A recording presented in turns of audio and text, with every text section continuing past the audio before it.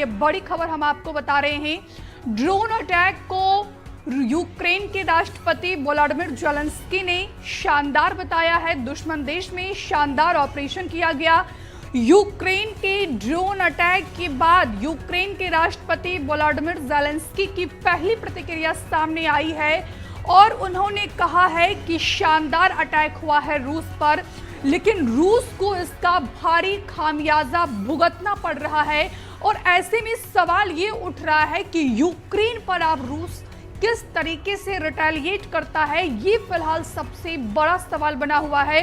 रूस की 5 सैन्य ठिकाने पूरी तरीके से तबाह हो गए हैं। यूक्रेन ने 117 ड्रोन से रूस पर ताबड़तोड़ अटैक किया। वो तस्वीरें हम आपको दिखा रहे हैं जब यूक्रेनी सैनिकों के द्वारा रूस पर अटैक किया गया 117 ड्रोन के द्वारा। उसके बाद किस तरीके से रूस का ये शहर जहां पर जिसको निशाना बनाया गया धुएं के गुब्बारे में तब्दील हो गया है। ये आग की लपटें आपको नजर आ रही होगी। चारों तरफ चीख पुकार मच गई है और यूक्रेनी हमले को लेकर रूस के राष्ट्रपति व्लादिमीर पुतिन भी अब कड़ा संदेश देने की तैयारी में जुट गए हैं। 2 तस्वीरें इस समय हम आपको टीवी स्क्रीन पर दिखा रहे हैं।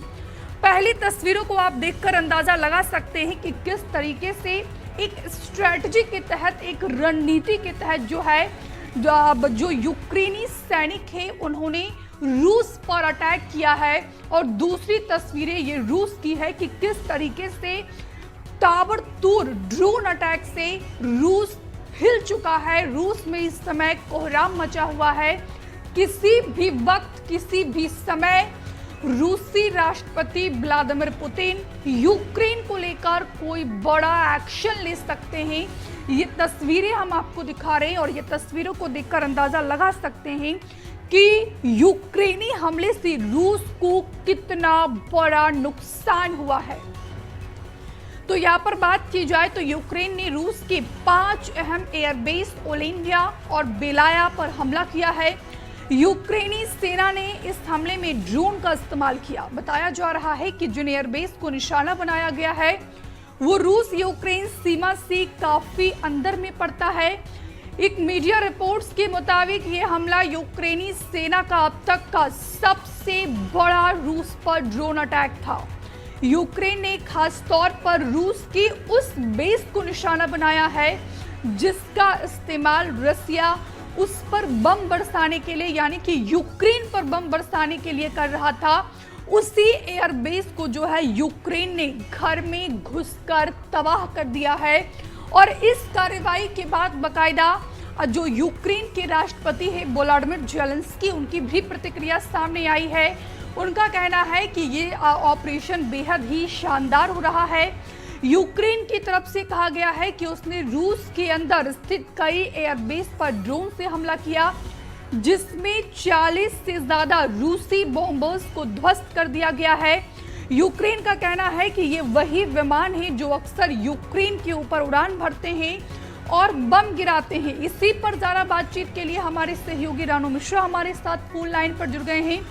रानू, लगभग 3 साल से ज्यादा का समय बीत चुका है रूस और यूक्रेन के बीच युद्ध की परिस्थिति को लेकर, लेकिन अब तक का ये सबसे बड़ा ड्रोन अटैक है यूक्रेन का रूस पर।